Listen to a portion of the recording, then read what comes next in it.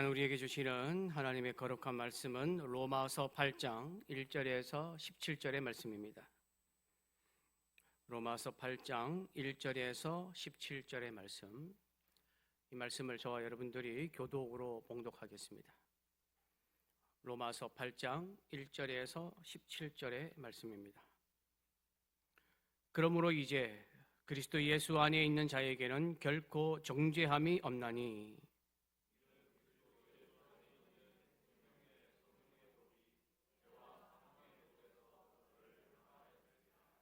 율법이 육신으로 말미암아 연약하여 할 수 없는 그것을 하나님은 하시나니 곧 죄로 말미암아 자기 아들을 죄 있는 육신의 모양으로 보내어 육신의 죄를 정하사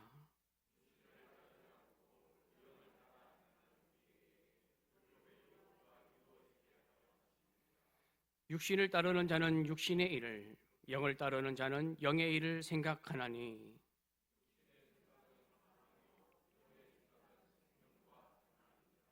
육신의 생각은 하나님과 원수가 되나니 이는 하나님의 법에 굴복하지 아니할 뿐 아니라 할 수도 없음이라.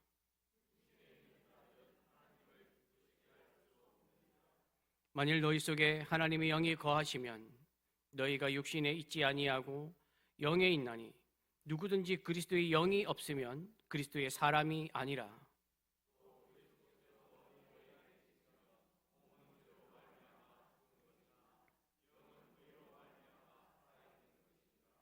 예수를 죽은 자 가운데서 살리신 이의 영이 너희 안에 거하시면 그리스도 예수를 죽은 자 가운데서 살리신 이가 너희 안에 거하시는 그의 영으로 말미암아 너희 죽을 몸도 살리시리라.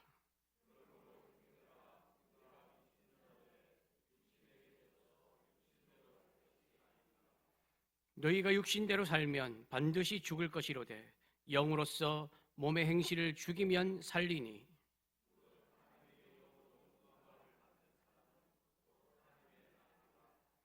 너희는 다시 무서워하는 종의 영을 받지 아니하고 양자의 영을 받았으므로 우리가 아빠 아버지라고 부르짖느니라.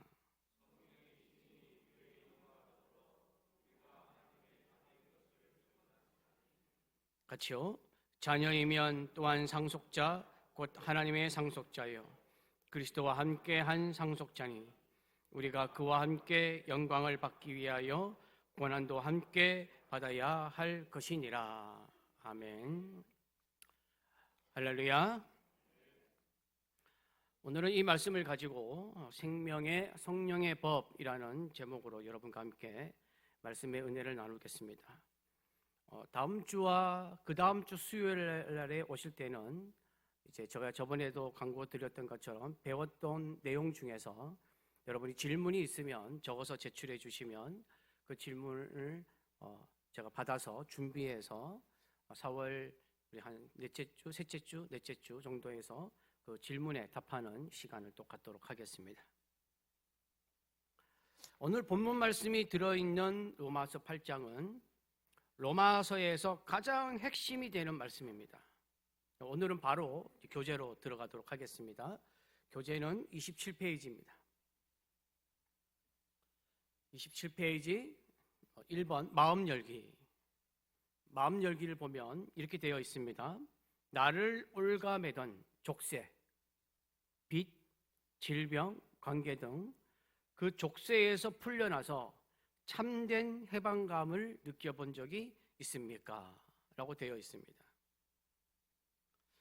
여러분, 내 삶에 오래된 족쇄, 나를 늘 묶여 있는 것처럼 나를 늘 괴롭히는 교재에 예로 나와 있는 것처럼 빚이라든지 질병이라든지 관계의 문제라든지 그리고 오랫동안 풀리지 않았던 문제에서 만약에 그 문제가 해결되고 그 문제가 풀려난다면 아마도 엄청난 해방감을, 자유감을 누릴 수 있을 것입니다.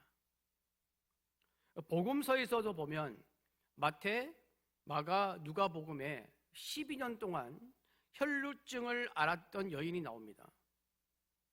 여러분, 혈루증은 여성이 출혈하는 하혈 증세입니다. 12년 동안 피를 계속 흘렸다고 생각을 한번 해보십시오. 아마 모습은 제가 본 적은 없지만 아마 피골이 상접하지 않았을까. 살은 하나도 없고 뼈만 앙상하게 남아있지 않았을까. 왜 12년 동안 피를 흘렸으니까.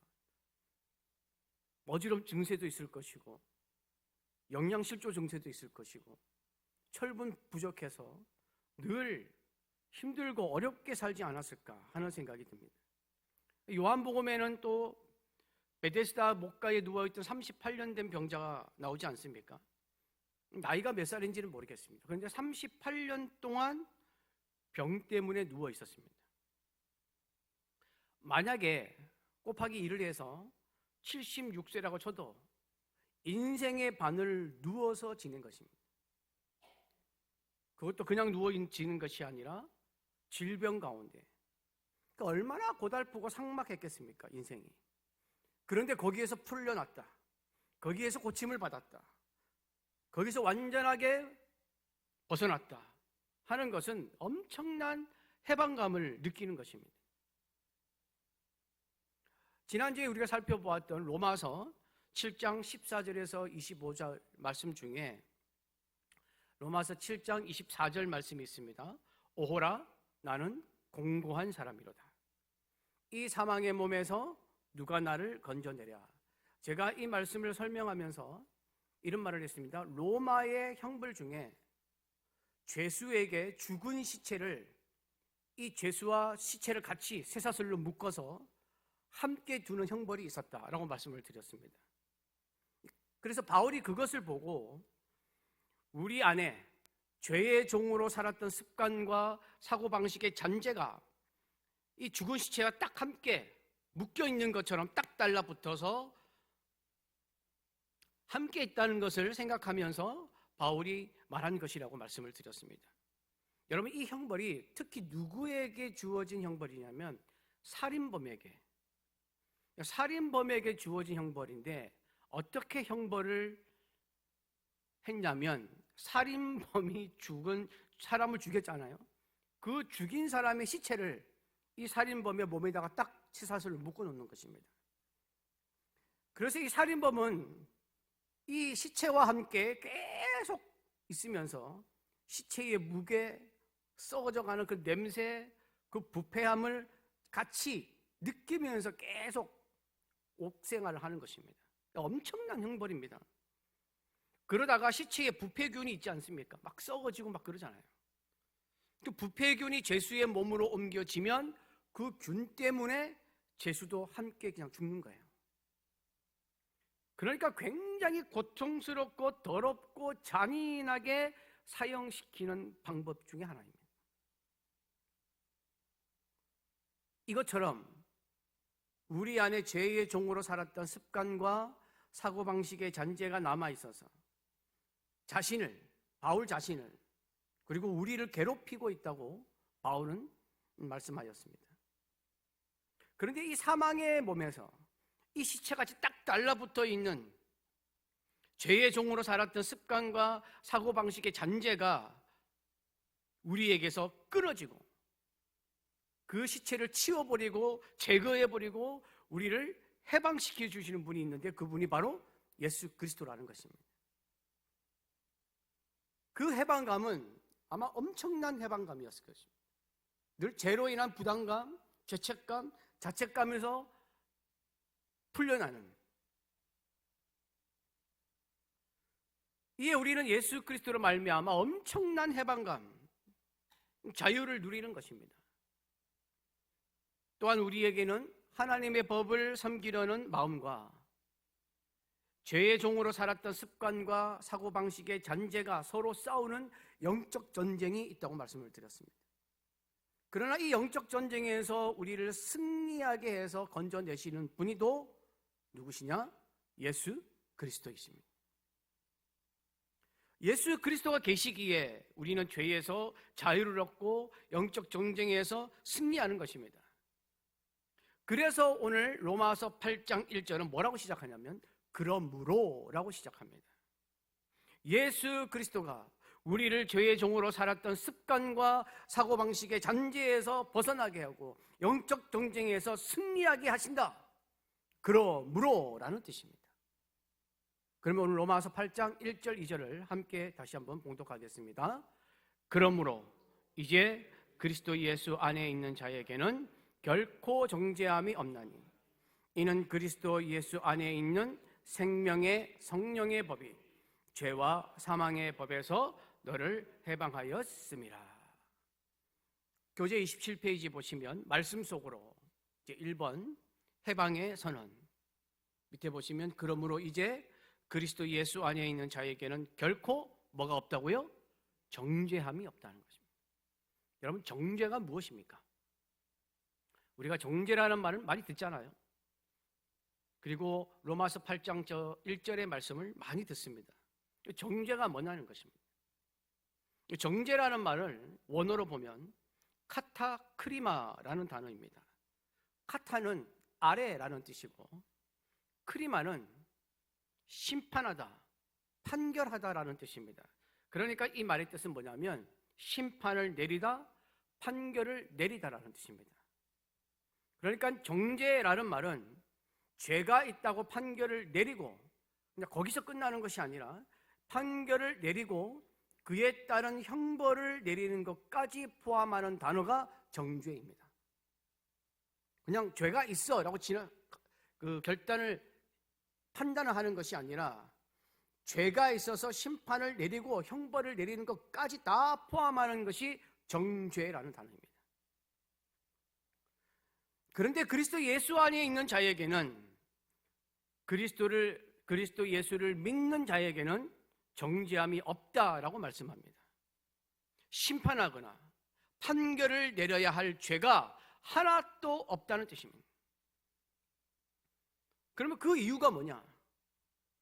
그 이유가 여러분 교재에 보시면 밑에 나와 있습니다. 이는 그리스도 예수 안에 있는 뭐가요? 생명의 성령의 법이 죄와 사망의 법에서 너를 해방하였음이라.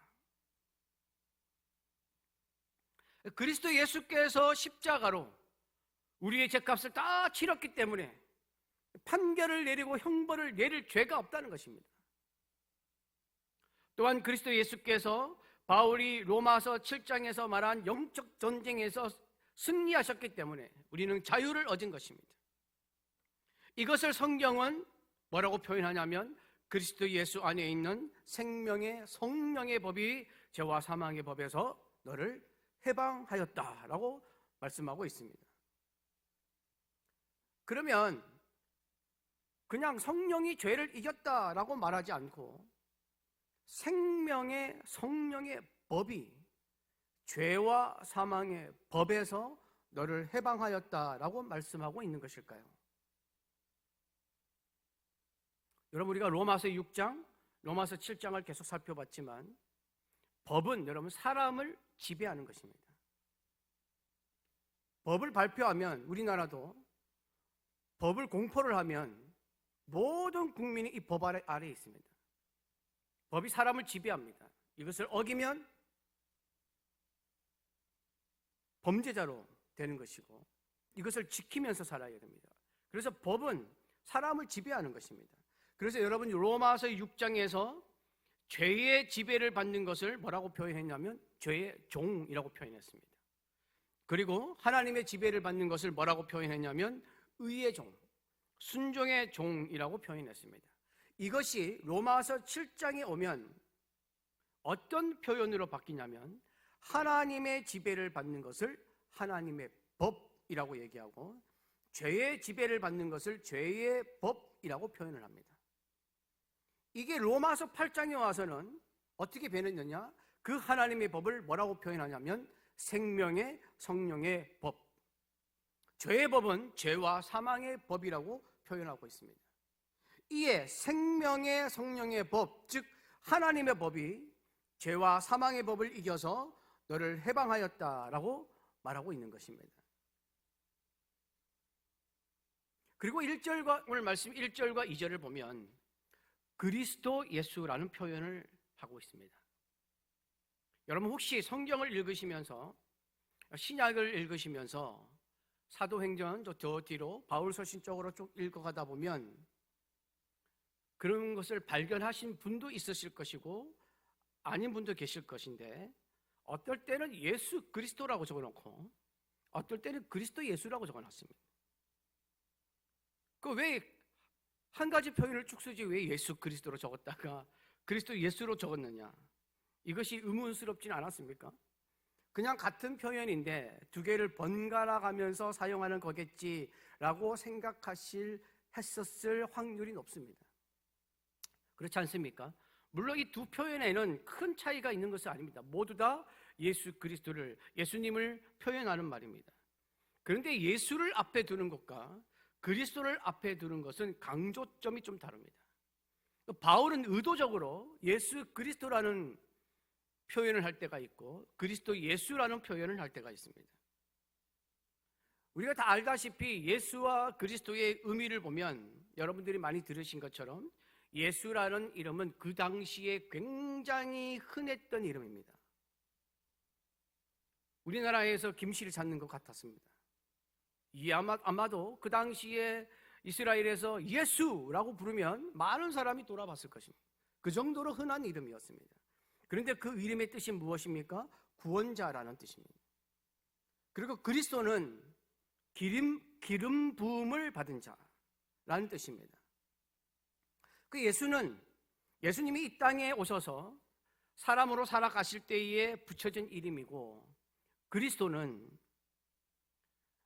메시아가 아람어인데 이 아람어 메시아를 헬라어로 번역한 것이 그리스도입니다. 그러므로 예수가 앞에 나와서 예수 그리스도라고 표현할 때는 어떤 강조점이 있냐면 이 땅에 사람으로 오신 나사렛 예수로 오신 나사렛 예수가 구약에서 예언한 그리스도이시다는 것을 말할 때 사람으로 오신 예수님을 강조할 때 사용할 때가 많습니다. 그래서 사람으로 오신 예수님을 강조할 때는 예수 그리스도라고 표현을 했고 이 예수 그리스도라는 표현은 예수님의 낮아지심, 십자가의 구속 사건에 초점이 맞춰져 있고 예수님이 신성도 가지고 있고 인성도 가지고 있지 않습니까? 하나님이시지만 이 땅에 오셔서 사람으로 오셨기 때문에 그래서 예수 그리스도라는 이름은 사람 되심에 초점을 맞춰져 있는 표현입니다. 반면에 그리스도가 앞에 나와서 그리스도 예수라고 표현할 때는 사망 권세를 이기시고 부활하셔서 승천하심으로 하늘 보좌에 앉으신 메시아이신 그리스도가 바로 우리와 함께 하셨던 예수이심을 말하면서 예수의 메시아 되심, 높아지심, 하나님 되심, 그리고 우리가 하나님 되신 예수님과 영적으로 하나 되었다는 것에 초점이 맞추어져 있는 단어입니다. 그래서 예수님의 신성과 인성 중에 신성, 예수님의 하나님 되심에 초점이 맞추어져 있는 단어입니다. 그래서 로마서 8장을 보시면 사망 권세에 이기시고 부활하셔서 하나님 되신 예수, 높아지신 예수, 하나님의 법, 즉 생명의 성령의 법으로 죄와 사망의 법을 이기신 예수, 영적 전쟁에서 이기신 예수, 우리를 다스리시는 예수가 2000년 전에 십자가에서 달리신 먼 과거의 인물이 아니라 지금 그리스도라는 만왕의 왕의 권세를 가지고 우리의 삶을 실제로 다스리고 계신다는 것을 표현하기 위해서 예수라는 단어와 그리스도라는 단어가 함께 사용할 때는 바울은 로마서 8장에 전부 다 그리스도 예수라고 표현하고 있습니다. 즉 예수님의 하나님 되심을 강조하고 있습니다. 그래서 여러분들이 8장을 쭉 읽어보시면 전부 다 그리스도 예수라고 되어 있습니다. 오늘 본문 말씀을 전체적으로 살펴보면 로마서 8장 1절 2절에서는 그리스도 예수 안에 있는 자는 결코 정죄함이 없는데 이는 그리스도 예수 안에 있는 생명의 성령의 법이 죄와 사망의 법에서 너를 해방하였기 때문이라고 말씀하고 있고 3절에서 11절은 무엇을 얘기하냐면 그러면 어떻게 생명의 성령의 법이 우리를 죄와 사망의 법에서 해방하였는가를 설명하고 있습니다. 그리고 12절에서 17절은 무엇을 얘기하고 있냐면 생명의 성령의 법이 다스리는 자는 어떻게 살아가야 하는가를 말씀하고 있습니다. 그러면 3절에서 11절 말씀을 살펴보도록 하겠습니다. 여러분, 우리가 성경을 쭉 읽었고 오늘 본문 말씀을 읽어오신 분들도 있겠지만 3절에서 11절을 보시면 우리나라 말 번역으로 10번, 원어로는 13번이나 반복되어 나오는 단어가 있습니다. 눈에 띌 것입니다. 무슨 단어입니까? 육신이라는 단어. 육신이라는 단어가 계속 반복해서 나옵니다. 이 육신이 무엇입니까? 아까 조금 전에도 제가 말씀을 드렸고 우리가 로마서 7장을 살펴볼 때도 말씀을 드렸지만 죄의 종으로 살았던 습관과 사고방식의 잔재를 말합니다. 이것을 10번, 원어에는 13번이나 계속 반복하면서 보여주는 이유는 우리에게 있어서 생명의 성령의 법이 반드시 이겨야 할 대상이 있는데 그것이 뭐냐? 육신이라는 것입니다.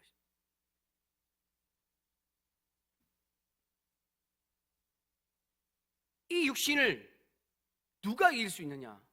생명의 성령의 법이 이길 수가 있다는 것입니다. 그래서 오늘 본문에 보면 육신 다음에 제일 많이 등장하는 단어가 뭐냐면 영, 그리스도의 영, 하나님의 영이라는 단어가 10번이나 등장합니다. 마치 두 개를 계속 비교하면서 이 육신을 이길 수 있는 것은 하나님의 영이다라는 것을 말씀하고 있습니다. 이것을 통해서 내 안에 있는 영적 전쟁, 하나님의 법과 죄의 법이 싸울 때에 우리를 승리하게 하시는 것은 나의 의지가 아니라 그리스도 예수 안에 있는 생명의 성령의 법이라는 것을 말씀을 읽을 때에 눈으로 확인시켜주고 있는 것입니다. 계속 육신이라는 단어와 영이라는 단어를 보여주면서 우리 눈으로 우리가 말씀을 읽을 때에 그거를 볼 수 있도록 확인시켜주는 것입니다. 그러므로 영적 전쟁에서 이기기 위해서는 그리스도 예수를 의지하고 성령님이 내 안에 오시기를 반드시 기도해야 합니다. 내 안에 생명의 성령의 법이 없으면 우리의 힘으로는 이길 수 없습니다. 그러면 3절, 4절을 한번 살펴보겠습니다. 3절, 4절 말씀을 제가 읽으면서 설명을 하겠습니다. 잘 따라오시기를 바랍니다. 3절 말씀, 율법이 육신으로 말미암아 연약하여 할 수 없는 그것을, 여러분 육신으로 앞에다가 가로를 치고 연약하여 뒤에다가 가로를 쳐서 이거를 빼고 읽으면 율법이 할 수 없는 그것이라고 되어 있습니다. 그럼 여러분 율법이 할 수 없는 그것이 무엇입니까? 이때까지 여러분들이 저와 함께 공부를 했는데 이제 공부한 것들을 이제 실실 도출할 때가 됐습니다. 율법이 할 수 없는 그것이 무엇입니까? 구원입니다. 구원은 예수 그리스도를 믿음으로 말미암아 받는 것입니다. 율법을 지킨다고 구원받는 것이 아니지 않습니까? 그러니까 율법이 할 수 없는 그것은 구원을 말한 것입니다. 여러분 저때 우리가 함께 공부할 때 율법은 거울이라고 말했습니다. 거울은 잘못된 것을 보여줄 수 있습니다. 머리가 흥그러졌거나 화장이 잘못됐거나 내 모습이 잘못됐을 때 거울을 보여줄 수는 있지만 그 거울이 잘못된 것을 고쳐줄 수는 없습니다. MRI와 같은 것입니다. 내 몸 안에 이상이 있으면 그 이상이 있다는 것을 보여줄 수는 있는데, 이상이 있다는 것을 체크할 수는 있는데 고쳐줄 수는 없습니다. 그게 율법입니다.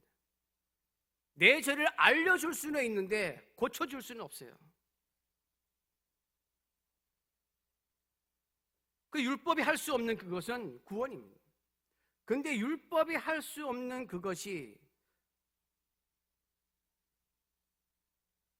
육신으로 말미암아 연약하여 더 그것을 할 수 없게 되어버렸습니다. 육신으로 말미암아 연약하여, 육신은 연약합니다. 우리의 죄성이 있기 때문에 육신은 죄성이라고 말씀을 드렸습니다. 우리 안에 있는 죄, 그리고 율법을 행할 수 있는 능력은 약하여져.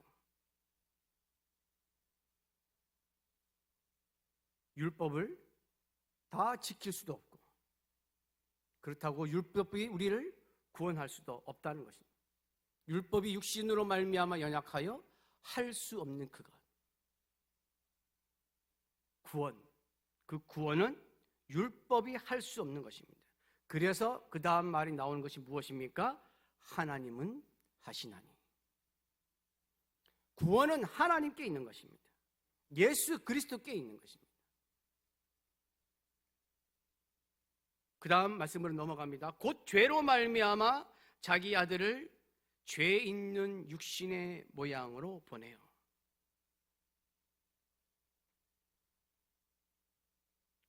자기 아들 예수 그리스도를 죄 있는 육신의 모양으로 보냈다는 것은 인간의 외적인 모양을 말하는 것입니다. 그러니까 죄 있는 인간의 모습으로 보냈다는 것입니다. 왜? 인간의 죄를 감당하게 하기 위해서. 그 다음에 말씀이 뭡니까? 육신의 죄를 정하사. 육신의 죄를 정했다. 예수님이 십자가에서 죽으실 때 여러분, 하나님은 예수님을 벌하신 것이 아닙니다. 하나님은 예수님을 치신 것이 아닙니다. 예수님이 짊어지신 인간의 죄를 사용시킨 것입니다. 인간의 죄를 십자가에 못 박은 것입니다. 그 인간의 죄를 예수님이 짊어졌기 때문에 십자가에 같이 달려 돌아가신 것입니다. 그래서 육신으로 예수님을 보내셨고, 그 육신의 죄를 정하여서 4절 말씀, 육신을 따르지 않고 그 영을 따라 행하는 우리에게 율법의 요구가 이루어지게 하려 하심이니라. 예수님께서 육신의 죄를 정하사 십자가에 달려 돌아가심으로 말미암아 우리의 죄를 다 사하셨고 우리의 죄가 다 없어졌기 때문에 이제 영을 따라 행하는 자가 된 것입니다. 그래서 우리가 율법의 요구가 이루어지게 하려 하십니다. 여러분, 율법의 요구가 뭡니까?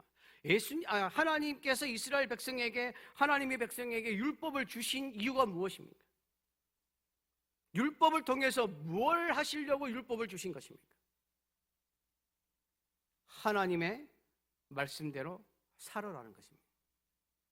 율법의 요구는 하나님의 말씀대로 사는 것입니다.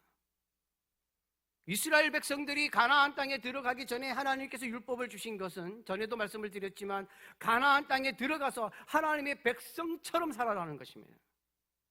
세상 사람처럼, 이방인처럼, 우상을 섬기는 사람처럼 살지 말고 내가 너희에게 준 율법대로 살면서 하나님의 백성이라는 것을 나타내면서 살아라. 그게 율법의 요구입니다. 그래서 육신을 따르지 않고 영을 따라 살면, 성령을 따라 살면 율법의 요구가 이루어지는 것입니다. 성령을 따라 살면 하나님의 말씀대로 사는 것입니다. 그래서 율법의 요구가 이루어지게 하려 하심이니라 라는 말씀은 하나님 말씀대로 살도록 하게 하였다라는 말입니다. 그런데 여러분, 우리 안에는 아직도 뭐가 있다고요? 육신이 있다는 것입니다. 그 육신은 뭐라고요? 조금 전에 말씀드렸지만 죄의 종으로 계속 살아왔던 그 습관, 사고방식의 잔재가 그대로 있다는 것입니다. 그래서 5절에서 7절은 뭐라고 말씀하냐면 이렇게 말씀합니다. 육신을 따르는 자는 육신의 일을, 영을 따르는 자는 영의 일을 생각하나니. 우리 안에 두 가지가 있는데 하나님의 법이 있습니다. 죄의 법이 있습니다. 육신을 따르는 죄의 법도 있고 하나님의 영을 따르고 하나님의 말씀을 따르는 하나님의 법도 있습니다. 그런데 그 두 개가 내 안에 있기 때문에 우리가 육신을 따르는 자가 되면 육신의 일을 생각하고 영을 따르는 자는 영의 일을 생각한다고 말하고 있습니다. 그런데 6절과 7절에도 뭐라고 얘기하냐면 육신의 생각은 사망이요 영의 생각은 생명과 평안이니라. 7절 육신의 생각은 하나님과 원수가 되나니 이는 하나님의 법에 굴복하지 아니할 뿐 아니라 할 수도 없습니다. 여러분 교재에 보시면 두 번째 영의 생각, 육신의 생각은 사망이요 영의 생각은 뭐라고요? 생명과 평안이니라. 근데 여러분 5절에서 7절을 제가 좀 전에 읽었는데 5절에서 7절에 보면 나오지 않던 단어가 갑자기 나오면서 눈에 띄는 단어가 있습니다. 5절에서 7절에 계속 반복하고 있는 단어가 보입니다. 무슨 단어입니까? 생각이라는 단어. 생각. 육신을 따르는 자는 육신의 일을, 영을 따르는 자는 영의 일을 생각하나니 육신의 생각은 사망이요 영의 생각은 생명과 평안이요 육신의 생각은 하나님과 원수가 되나니. 생각이라는 단어를 계속 사용하고 있습니다.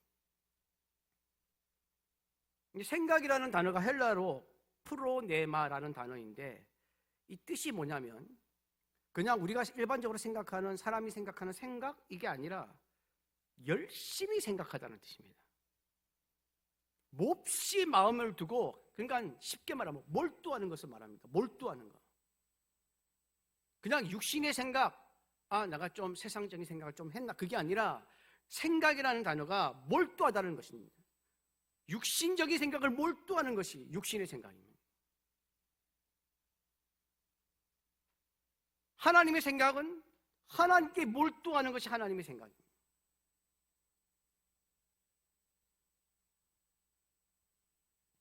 예를 들면 라디오 주파수와 같은 것입니다. 여러분 라디오 주파수를 어디에 맞추냐에 따라서 들리는 소리가 달라지지 않습니까? 돌리다 보면 KBS도 나오고 MBC도 나오고 그 다음에 클래식도 나오고 가요방송도 나오고 돌리면 주파수에 따라서 다 틀립니다. 육신의 생각은 육신에 몰두하고 있기 때문에 주파수를 육신에 맞추었다는 뜻입니다. 그래서 육신적인 생각만 하는 것입니다. 영의 생각은 주파수를 하나님의 영, 성령에 맞추었다는 뜻입니다. 그러니까 늘 하나님의 생각, 하나님의 말씀이 무엇인지, 하나님의 뜻이 무엇인지를 생각하는 것입니다. 생각의 주파수를 어디에 맞추느냐에 따라서 행동이 달라집니다.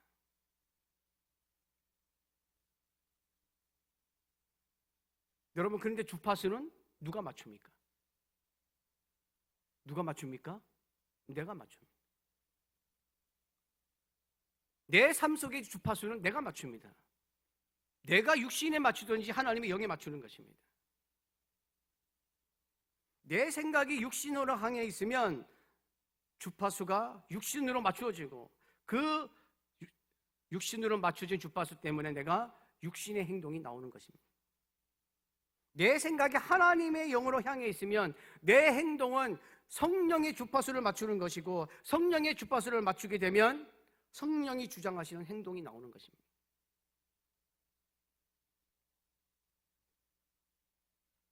그런데 우리가 알아야 할 중요한 것이 뭐냐면 육신의 생각이 주는 것은 사망입니다.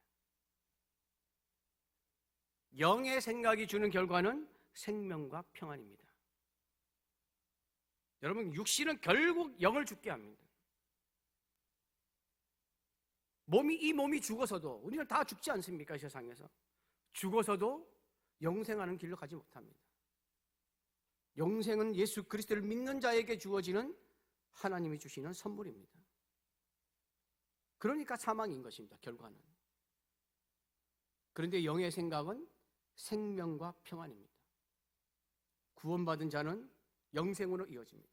생명으로 이어집니다. 그리고 평안을 허락하십니다. 여기 나오는 평안도 헬라어로 에이레네라는 뜻입니다. 여러분 평안은 하나님이 주시는 평안을 말합니다.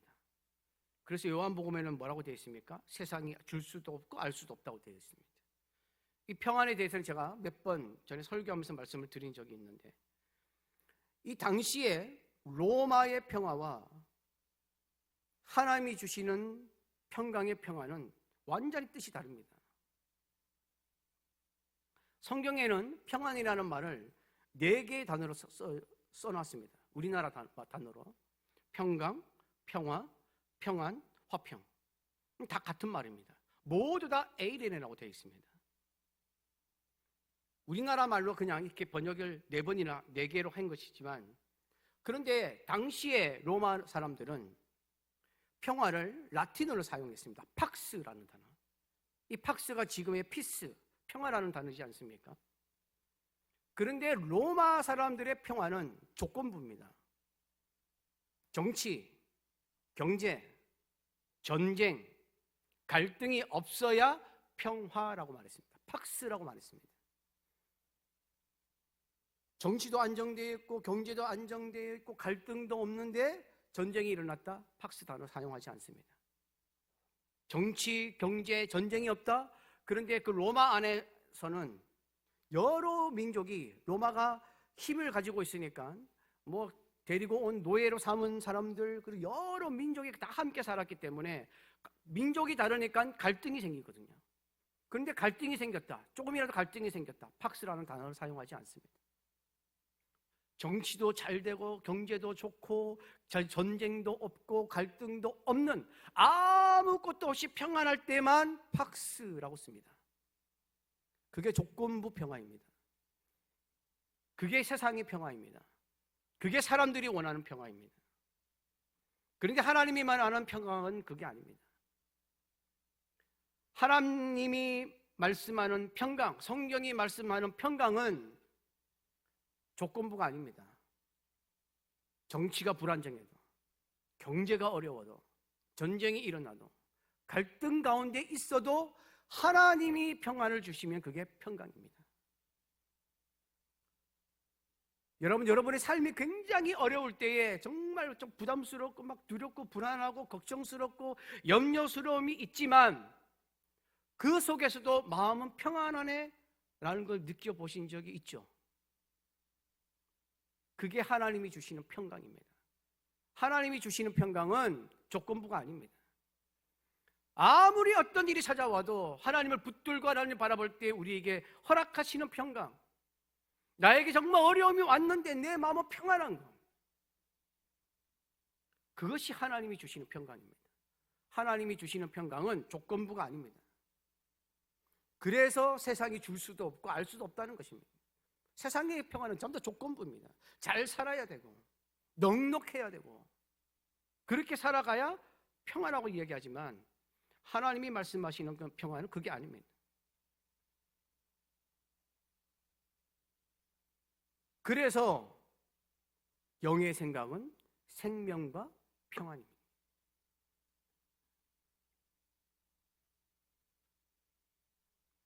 또한 육신의 생각은 영의 생각과 반대입니다.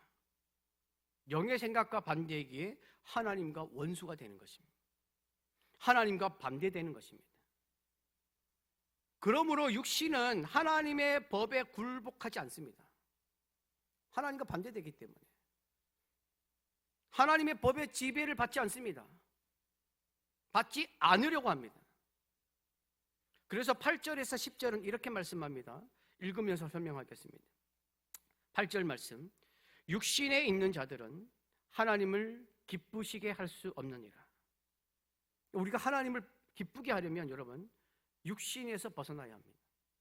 주파수를 육신에 맞추어서 육신의 행동으로 가면 하나님은 기뻐하지 않습니다. 9절, 만일 너희 속에 하나님의 영이 거하시면, 성령이 거하시면, 그리스도의 영이 거하셔서 영의 생각을 하게 되면, 주파수를 영에 맞추면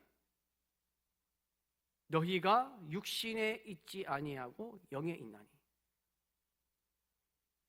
그 다음 말씀, 누구든지 그리스도의 영이 없으면 그리스도의 사람이 아니라.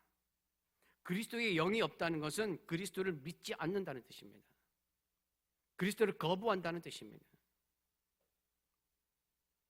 그리스도를 거부하기 때문에 그리스도의 사람이 아닙니다. 10절, 또 그리스도께서 너희 안에 계시면, 예수 그리스도를 믿어서 그리스도가 우리 안에 있으면, 하나님의 영이 거하는 자가 되면 몸은 죄로 말미암아 죽인 것이나, 우리는 몸은 이제 죽게 되었잖아요. 아담의 죄로 말미암아 모든 사람이 다 죽게 되었습니다. 그래서 우리도 이 세상을 다 떠나지 않습니까? 나이가 들면 다 하나님 나라로 가게 되어 있습니다. 몸은 죄로 말미암아 죽은 것이나 뭐라고요? 영은 의로 말미암아 살아있는 것이니라. 우리의 영은 하나님 나라에서 하나님과 영원히 사는 것입니다. 11절, 예수를 죽은 자 가운데서 살리신 이의 영. 여러분, 예수를 죽은 자 가운데 살리신 이가 누구십니까? 하나님이십니다. 하나님의 영이, 성령이 너희 안에 거하시면, 그리스도 예수를 죽은 자 가운데서 살리신 이가 누굽니까? 하나님이시죠.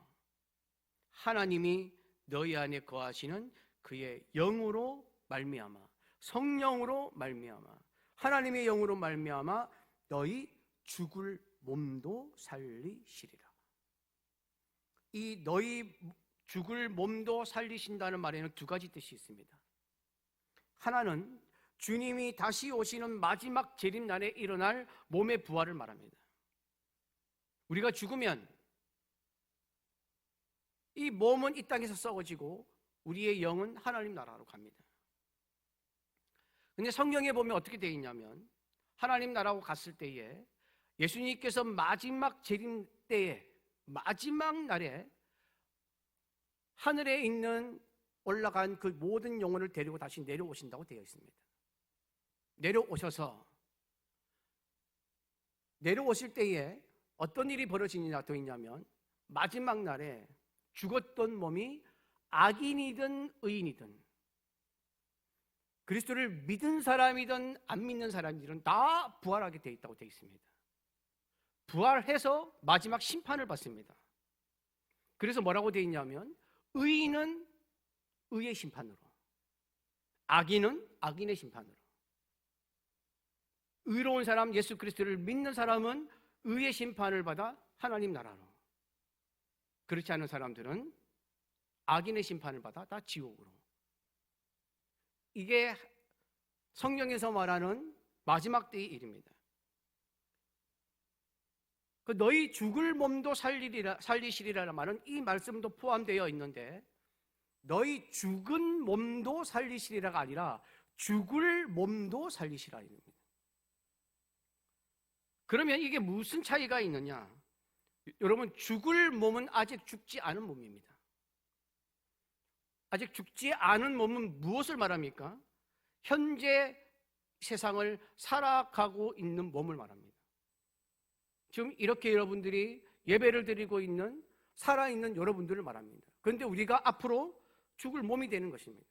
모든 사람은 다 죽기 때문에.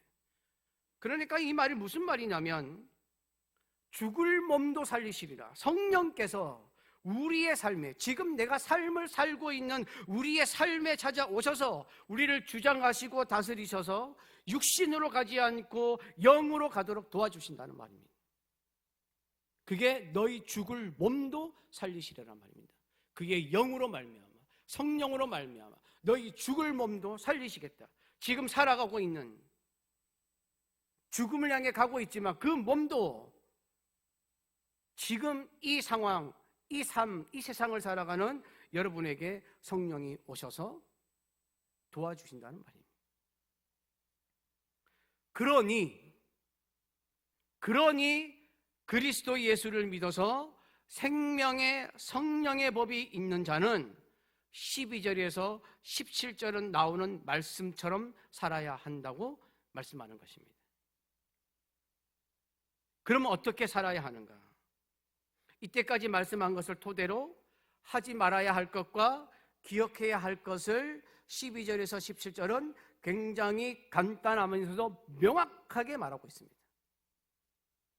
12절에서 13절은 하지 말아야 할 것을 말하고 있고, 14절에서 17절까지는 기억해야 할 것을 말씀하고 있습니다. 그럼 하지 말아야 할 것은 무엇인가? 12절, 13절 말씀을 함께 봉독합니다. 그러므로 형제들아, 우리가 빚진 자로 돼 육신에게 져서 육신대로 살 것이 아니니라. 너희가 육신대로 살면 반드시 죽을 것이로되 영으로서 몸의 행실을 죽이면 살리니. 어떻게 살지 말라고요? 육신대로 살지 말라는 것입니다. 죄의 종으로 살았던 습관과 사고방식의 잠재를 가지고 그것을 가지고 그대로 살지 말라는 것입니다. 이것에서 벗어나라고 말씀하고 있습니다. 육신대로 살면 죽습니다. 영적으로 죽고 육체도 죽고 하나님과 분리돼서 영생도 없는, 그래서 마지막까지 죽는 인생이 되는, 사망으로 가는 인생이 되는 것입니다. 여러분, 로마서 1장 29절에서 32절에는 육신으로 살아가는 사람의 목록이 쭉 나열되어 있습니다. 모든 불의, 추악, 탐욕, 악의가 가득한 자요, 시기, 살인, 분쟁, 시기, 악독이 가득한 자요, 수근수근하는 자요, 비방하는 자요, 하나님께서 미워하시는 자요, 능욕하는 자, 교만한 자, 자랑하는 자, 악을 도모하는 자, 부모를 거역하는 자, 우매한 자, 배약하는 자, 무정한 자, 무자비한 자. 32절, 그들이 이 같은 일을 행하는 자는 사형에 해당한다고. 지금 무슨 말입니까? 죽는다는 것을 알면서도, 하나님께서 그렇게 정하심을 알고도 자기들만 행할 뿐 아니라 또한 그런 일을 행하는 자들을 옳다 하느니라. 이게 육신에 속한 사람들의 행동입니다. 우리는 여기에서 벗어나야 하는 사람들입니다. 그럼 그 다음에 기억해야 할 것은 뭔가? 14절에서 17절 말씀입니다. 14절에서 17절 말씀 함께 봉독합니다. 무릇 하나님의 영으로 인도함을 받는 사람은 곧 하나님의 아들이라. 너희는 다시 무서워하는 종의 영을 받지 아니하고 양자의 영을 받았으므로 우리가 아빠 아버지라고 부르짖느니라. 성령이 친히 우리의 영과 더불어 우리가 하나님의 자녀인 것을 증언하시나니 자녀이면 또한 상속자 곧 하나님의 상속자여 그리스도와 함께 한 상속자니 우리가 그와 함께 영광을 받기 위하여 고난다 함께 받아야 할 것이니라. 여러분, 무엇을 기억하라고 말씀하고 있습니까? 하나님의 영으로, 성령으로 인도함을 받은 사람은, 그리스도 예수를 믿는 사람은, 주파수를 영에 맞춘 사람은 누구라고요?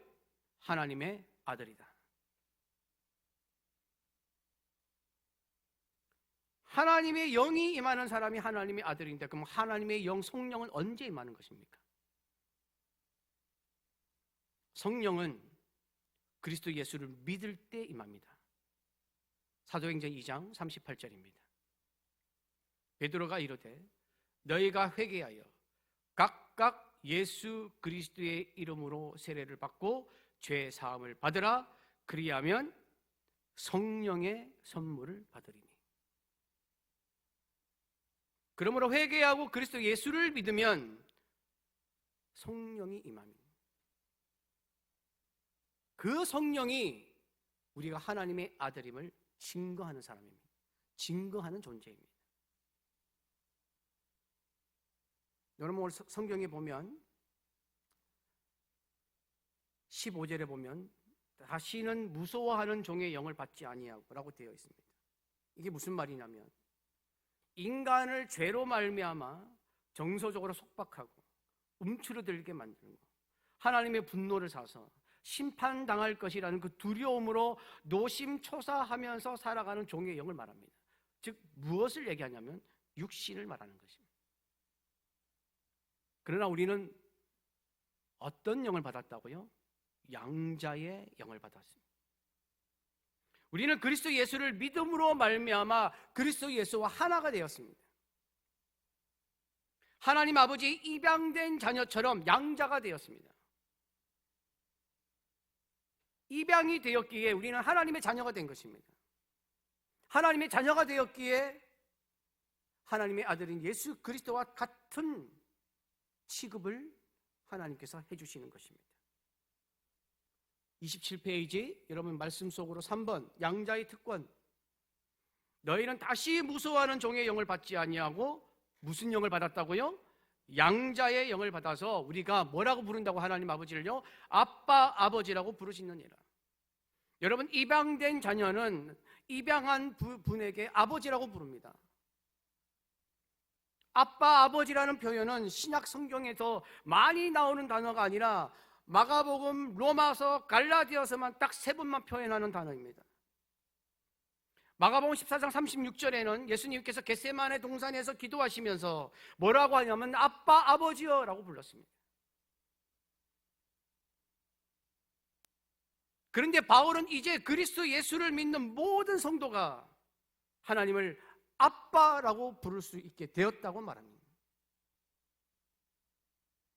모두에게, 예수 그리스도를 믿는 모두에게 하나님이 우리의 친밀하신 아버지가 되셨다는 것을 말해주는 것입니다. 이게 여러분 기적입니다. 이게 역사입니다. 여러분, 아빠라고 부를 때 아빠는 무슨 단어입니까? 어린아이가 아버지를 부를 때 사용하는 가장 친밀한 단어입니다. 가장 신뢰가 가는 호칭이 바로 아빠라는 호칭입니다. 그래서 우리는 이제 사랑 안에서 하나님께 마음껏 달려가는 자녀라는 것을 기억해야 됩니다. 그리고 이것을 증명해주는 변호사가 있습니다. 이 사람은 입양됐어. 그래서 당신의 아들입니다. 당신의 자녀입니다. 이것을 내가 증거하겠습니다. 하는 사람이 하는 분이, 그분이 누구냐? 성령님이시라는 거예요. 성령님이 증언하십니다. 성령님이 증언하신다는 것은 확실한 관계라는 것을 말하는 것입니다. 하나님 아버지는 우리의 아빠이십니다. 그래서 우리는 모든 권리와 유산을 하나님의 친아들 되시는 예수 그리스도와 동일하게 누릴 수가 있습니다. 성령의 인도를 받는 자는 다시 신분이 바뀐 정도가 아니라 하나님의 가문에 들어온 진짜 자녀로서의 지위, 권세를 얻는 것입니다. 그래서 우리 정체성이 바뀌었다, 거기에서 그치는 것이 아니라 우리가 하나님의 자녀가 되었다는 것은 우리의 삶과 연결되어 있는 것입니다. 이제 우리는 누구로서 살아야 된다고요? 하나님의 아들로서 살아야 됩니다. 하나님의 자녀로서 살아야 되는 것입니다.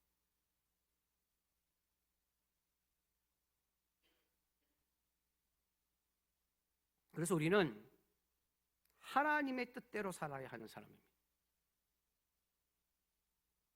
그러면서 오늘 17절 마지막에 뭐라고 되어 있는지 아십니까? 고난도 함께 받아야 할 것이니라. 이제 하나님께서 우리에게 주신 모든 것을 누리며 사는데 하나님께서 누리는 그 중에 고난도 있다면 그 고난까지도 받아야 합니다. 우리는. 왜? 하나님의 자녀이기 때문에. 그러니까 하나님께서 주시는 모든 것을 다 받아 누려야 되는 것입니다. 좋은 것만 받아들이는 것이 아닙니다. 하나님의 아들이기 때문에.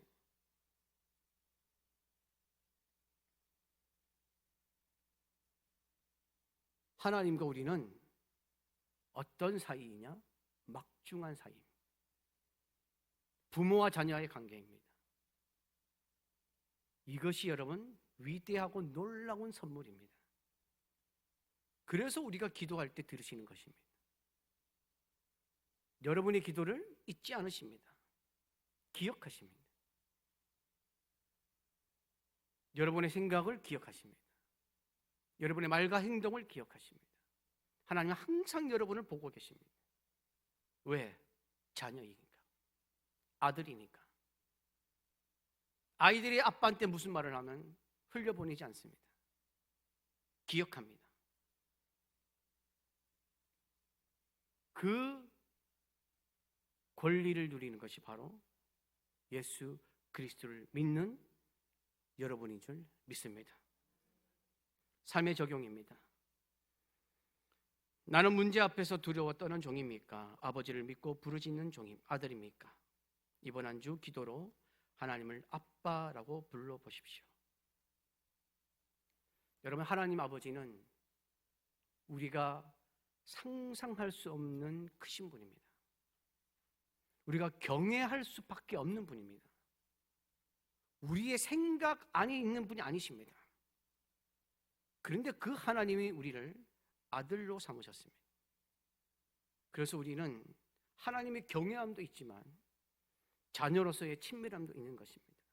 여러분, 인간의 아버지는 상황과 환경에 따라 다 그 이미지가 다르지 않습니까?